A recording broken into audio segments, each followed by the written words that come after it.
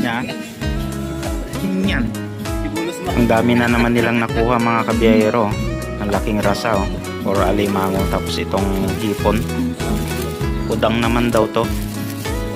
Yan. Tsaka yung mga ibang lamang ilog.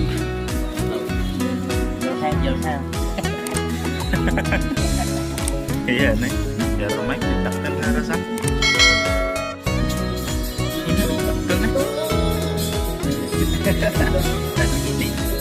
Anak ka to na to ko. Ang lupit talaga ni Bro Jomar oh. Magtali ng rasa. Ang laki.